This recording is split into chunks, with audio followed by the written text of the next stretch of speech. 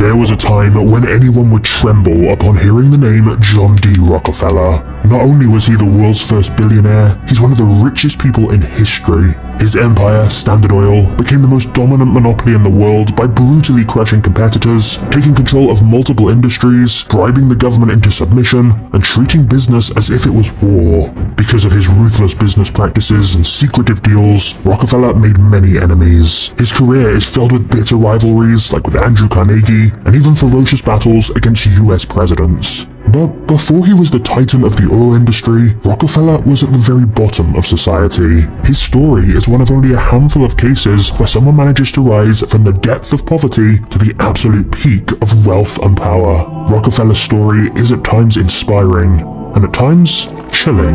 It's an example of what happens when greed and ambition go completely unchecked. So, let me take you back to 1839, where a young John D. Rockefeller is born into poverty.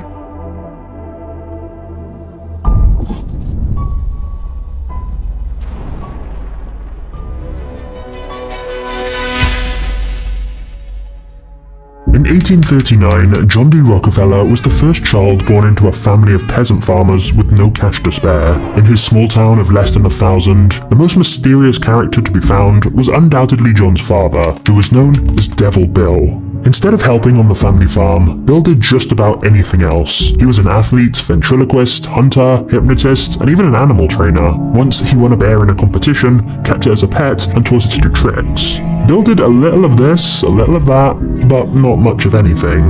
Bill would also spontaneously skip town in the middle of the night, leaving John and his siblings to fend for themselves for weeks or even months, only to reappear in a luxurious carriage and shower John and his siblings with toys and gifts. And this confused John, because his family lived in a crumbling old house, wore tattered clothes, and they were hungry and cold every night. They lived a pitiful life, with these occasional bouts of luxury when his father returned. And the reason for that was because Bill lived a secret double life as a con artist. Whenever he disappeared, Bill changed his name from William Rockefeller to Dr. William Livingston, and traveled from town to town selling useless herbal remedies and potions to the sick and desperate. Because Bill was usually far away running scams, John's mother enlisted John's help working at the farm, where she instilled a strong religious faith and sense of duty in him whilst they ploughed the fields. For a boy younger than 10, balancing school and farming was backbreaking, but it taught him the value of discipline and hard work. John was proud to be helping his family out. In fact, he even started coming up with other ways to make money. For example, John once followed a wild turkey into the woods, stole its eggs, and raised the hatchlings. When they matured into turkeys, John sold some of them for a tidy profit, and kept the rest so he could get more eggs and repeat the process. Despite his young age, John was now pitching in a few dollars every week, and was making a serious impact on the family's finances. It looked like the Rockefellers might finally have a decent and stable life. However, when John was 10, his father Bill was accused of sexually assaulting a young woman. Even though nothing was proven, the Rockefellers still faced public disgrace, and so they were forced to pack their bags and find a new home. You'd think after this event, Bill would dial back his schemes, his infidelity, and focus on healing his relationships to his family. But instead, he did the complete opposite. Whilst using his fake identity of Dr. William Livingston, Bill married another woman in a different state where no one recognized him. Of course, he kept this a secret, and neither John's mother nor the other woman ever knew he had 2 wives. But the effect was evident. Bill was almost never around. So the Rockefellers moved from town to town, and John took on more responsibility as the unofficial head of the household. All whilst going to school, he kept finding ways to make money, manage the family's finances, and he even started giving out very small loans. Finally, the Rockefellers found a good home in Cleveland, Ohio. But now that John was 16 and nearly done with school, he wondered what the next phase of his life would be. John wanted to go to college, but by this point he had 4 siblings and a 5th on the way. And since John's father was absent even more than normal now that he had his secret other wife, John's mother relied on John to help pay for their food, housing, and education. This meant college was out of the question. John had to get to work immediately, and so just 2 months before his graduation, John dropped out of school and began looking for a job in Cleveland. He was after something big, so he made a list of all the biggest railroads, banks, and wholesale merchants in the city. However, every time John showed up to an interview, people laughed in his face when they found out he was only 16 years old. John faced rejection after rejection, but no amount of humiliation was going to stop him, and after 6 long weeks, he got an interview at a small firm that needed help with bookkeeping. When they saw John's excellent penmanship, they decided to give him a chance and told him to get to work immediately, not even mentioning how much he'd get paid. John was ecstatic, and for the rest of his life, he celebrated September 26th as a personal holiday he called Job Day. To him, it was even more important than his own birthday. Even though it was not a massive operation, John's first job taught him how to deal with suppliers, pay bills, and see the inner workings of a real business for the first time. One day, his boss came in with a check for $4,000 and put it inside a safe. John knew the safe's combination, so when his boss was gone, he opened it up just so he could hold the note in his hands. Hypnotized by how much it represented, John dreamed of someday making as much money as his bosses. And so every morning before heading off to work, he began repeating to himself, "I am bound to be rich." On the last day of 1855, John's bosses gave him his payment, $50, which meant he'd only earned a little over 50 cents a day. It wasn't much, but since he'd done such a good job, his bosses raised his salary to $300 per year, the equivalent of around $11,000 today. The raise gave John something he deeply wanted, independence from his father. Now, with his mother's help, he could finally give his family the stable life they yearned for. And from early on in his career, John personally gave around 10% of his salary to various charitable causes. But after 2 years of diligent work, a recession slowed the business down, and one of the founders quit the firm. All of his responsibilities fell onto John, who became the company's lead accountant. However, John knew the economic downturn had caused a sharp decline in the firm's revenues, and he suspected that soon the firm may have to close down completely. And yet, John wasn't worried. His 2 years of experience in the job had given him a huge amount of confidence, and so John was already planning his biggest move yet. John D. Rockefeller was ready to start his own company.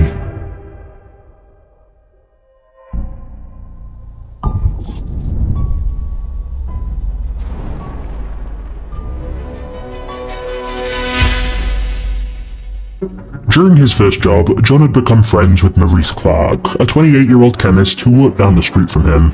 Even though John was just 18 years old at this point, he'd developed a good reputation as a bookkeeper in Cleveland, and one day Maurice told him he was planning on starting a produce business, and suggested that they partner up together. After saving up a bit of money, they formed Clark and Rockefeller, and got to work buying and reselling grain, fish, beans, meat, and other foods. It was tough at first. John and Maurice were often exhausted from looking for customers out on the road, but owning their own business gave them immense pride. And even though he was a bit shy and quiet at first, John was a capable salesman. Because he was so mature, everyone called him Mr. Rockefeller. The older men in the industry easily trusted him, and the list of clients at Clark and Rockefeller quickly grew. In fact, their biggest problem was that they didn't have the capital needed to scale the business and handle even more clients. But John and Maurice found a smart way to solve this problem.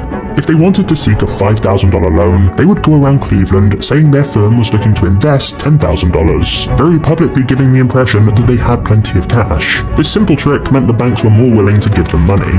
And the extra loans they got put them in a great position when the American Civil War broke out, as business picked up even more. As a devout Baptist, John was very strongly opposed to slavery, so he wanted the Union to win the war. However, John was still responsible for feeding his family of 6, and if he stopped working, they wouldn't have any income. So instead of serving in the army himself, John paid $300 for a substitute, and even paid to equip several more Union soldiers. The war gave a huge boost to the economy of the northern states, and Cleveland became an important strategic location for the Union. Local food prices were massively inflated, so John's produce business quadrupled almost overnight. In 1862, John and Maurice cleared a profit of $17,000, over $500,000 in today's money. Not bad for a 23-year-old, but an opportunity to multiply his wealth even more soon came across John's desk.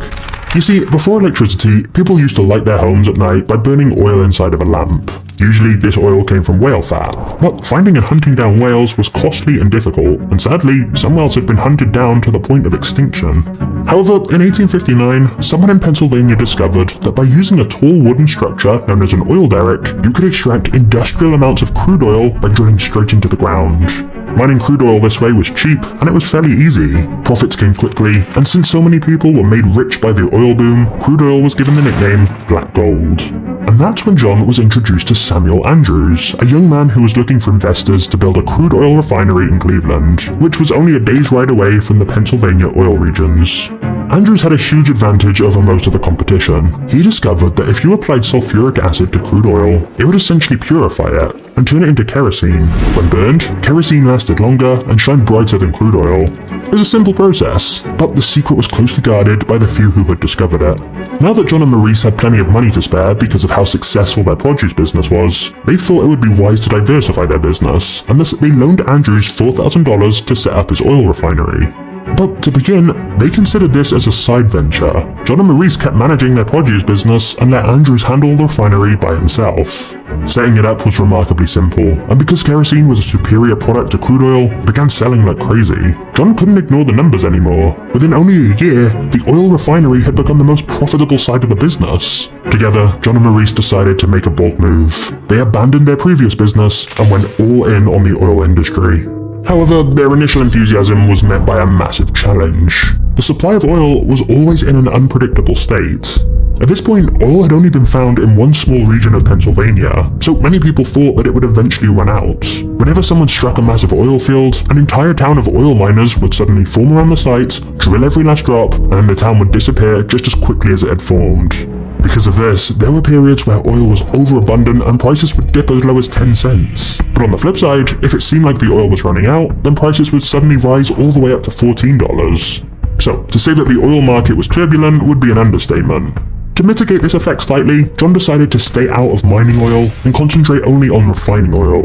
But for John and Maurice, the situation was still extremely stressful. When oil was easy to find, they weren't as profitable as prices were low. And when the wells were running dry, they feared that the last drop had finally been found and they'd soon have nothing to sell.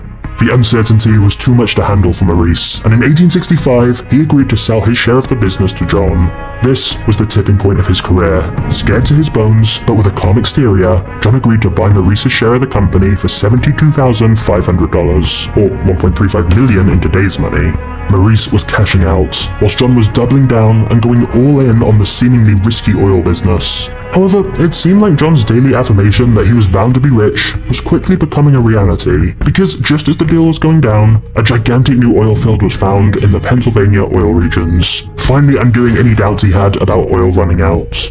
Of course, the market was still very competitive, so if John truly wanted to become as wealthy as he desired, he would have to brutally crush his competition.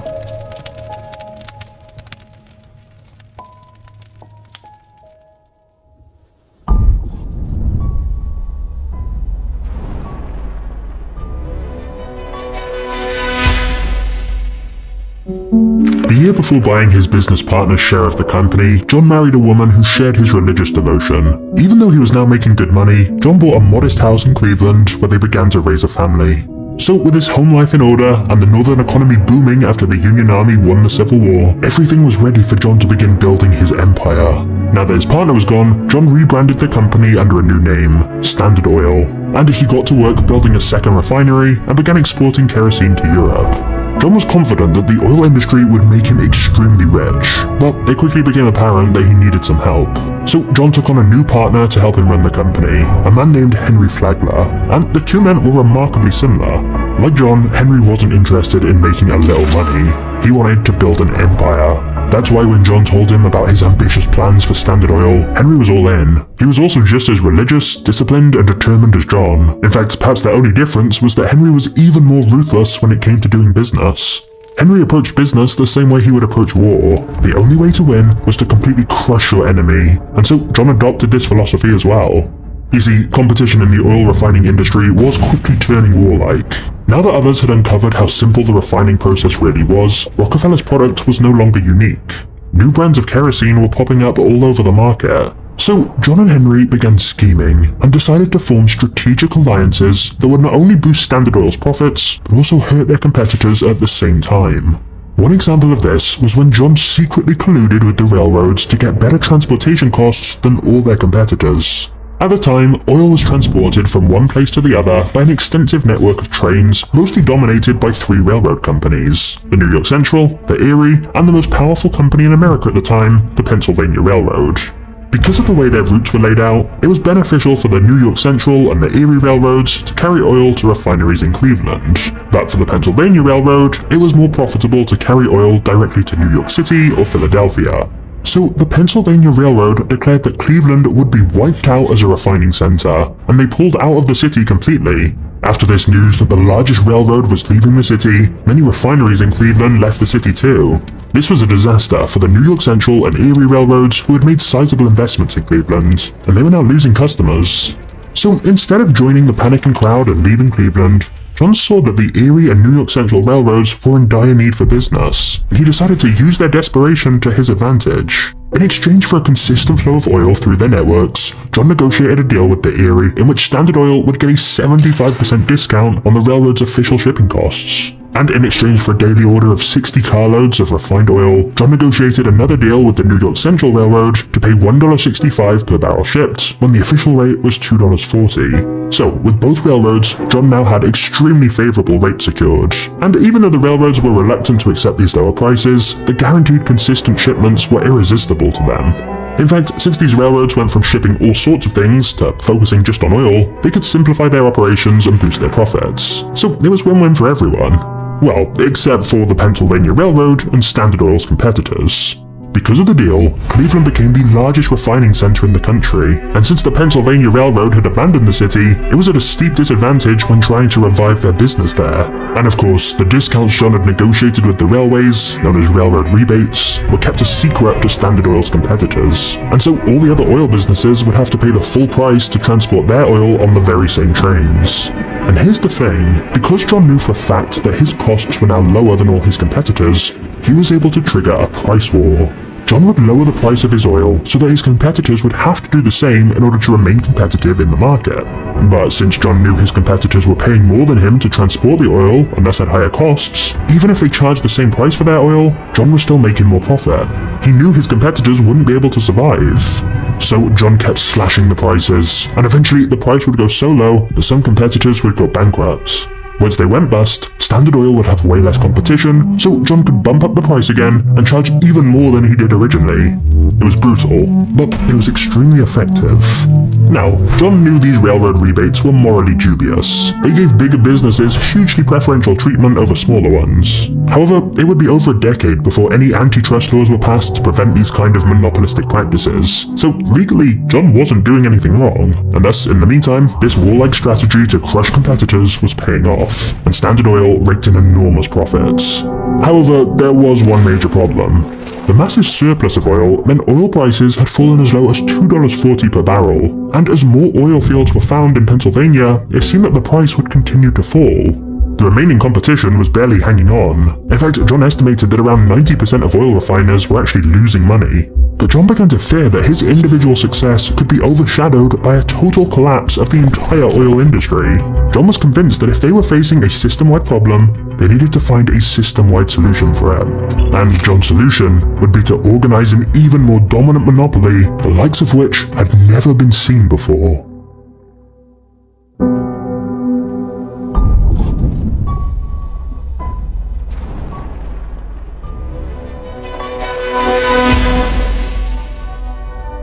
By 1872, John and Henry were ruthlessly expanding Standard Oil, but oil prices had dropped another 25%. They knew if they didn't do something soon, the entire industry could collapse, and they would fall right along with it. So John decided to collaborate with the president of the Pennsylvania Railroad, Tom Scott.